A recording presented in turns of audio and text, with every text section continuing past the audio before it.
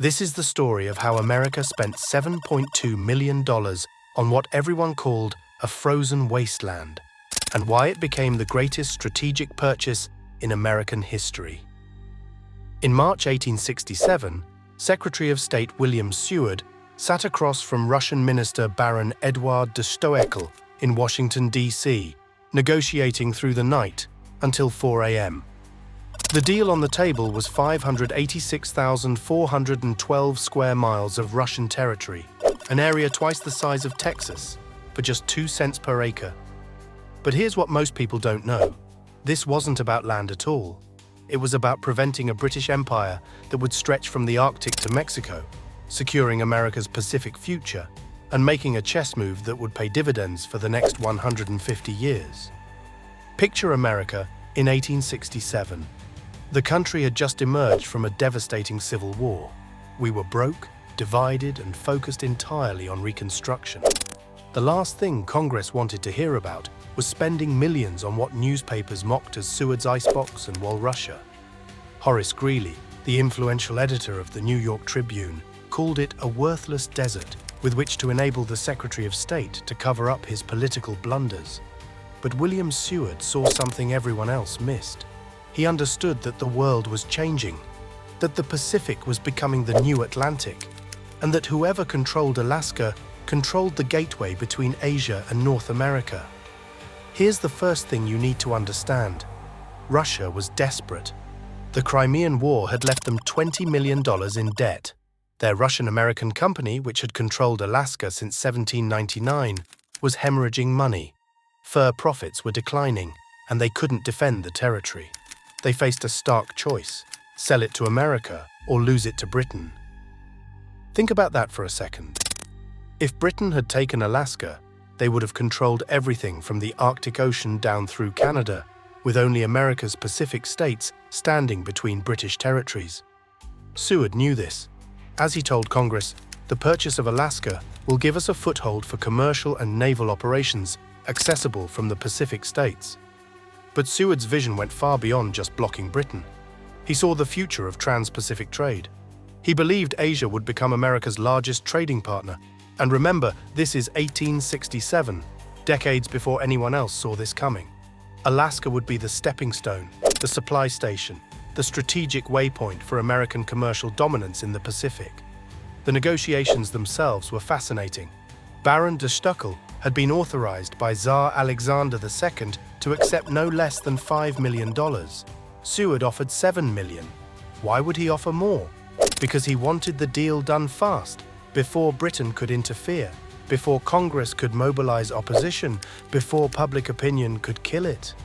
They added another $200,000 to the price, allegedly as a bribe fund to secure congressional approval, though this was never proven.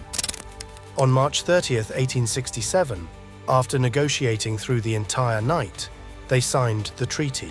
The Senate approved it 37-2 just 10 days later. But here's where it gets interesting. The House of Representatives, which controlled the funding, almost killed the deal. The debate raged for over a year.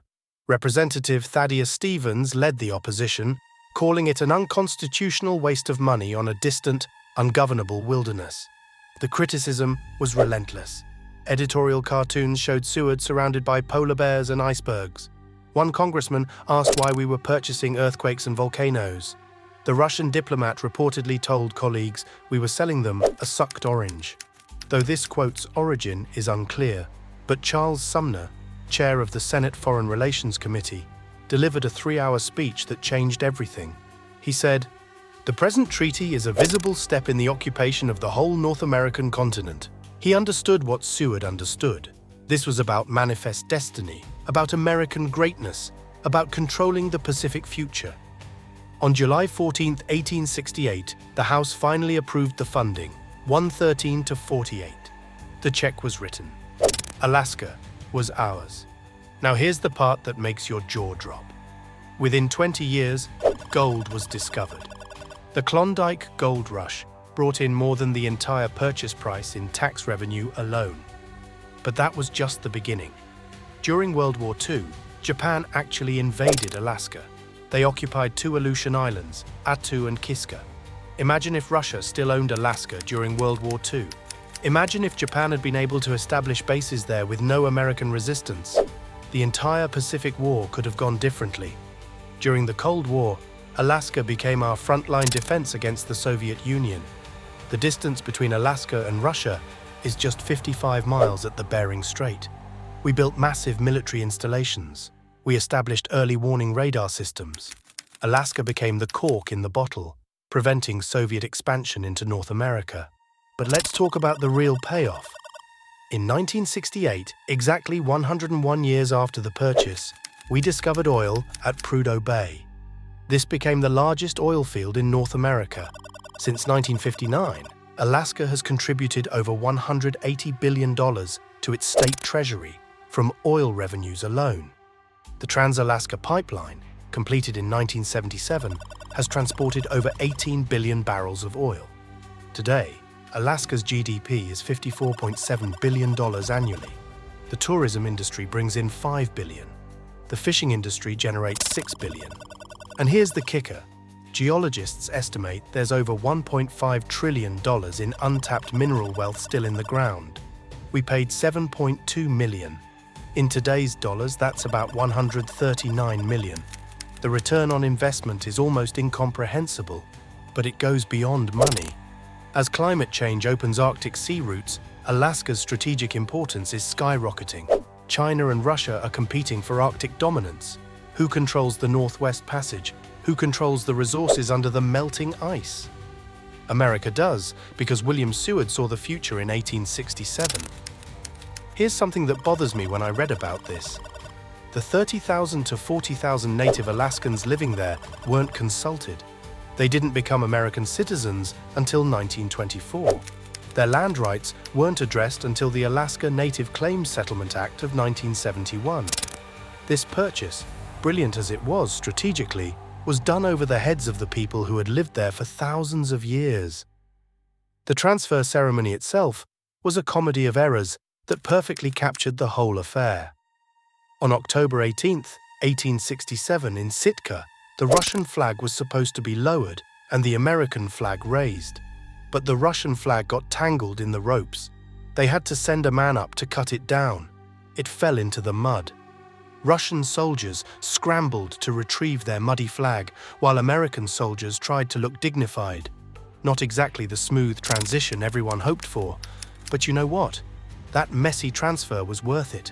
Every acre of that worthless desert, every glacier of that Seward's icebox, every mountain of that Walrussia has proven its worth 1,000 times over.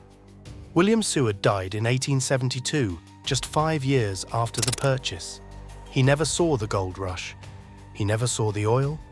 He never saw Alaska become the 49th state in 1959. But he saw the future more clearly than anyone else in that room in 1867. The Alaska Purchase teaches us something profound.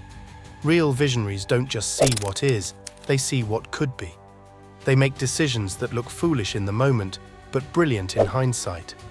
Seward understood that in a changing world, geographic position matters. Control of strategic locations matters. And sometimes the best investment is the one everyone else thinks is crazy.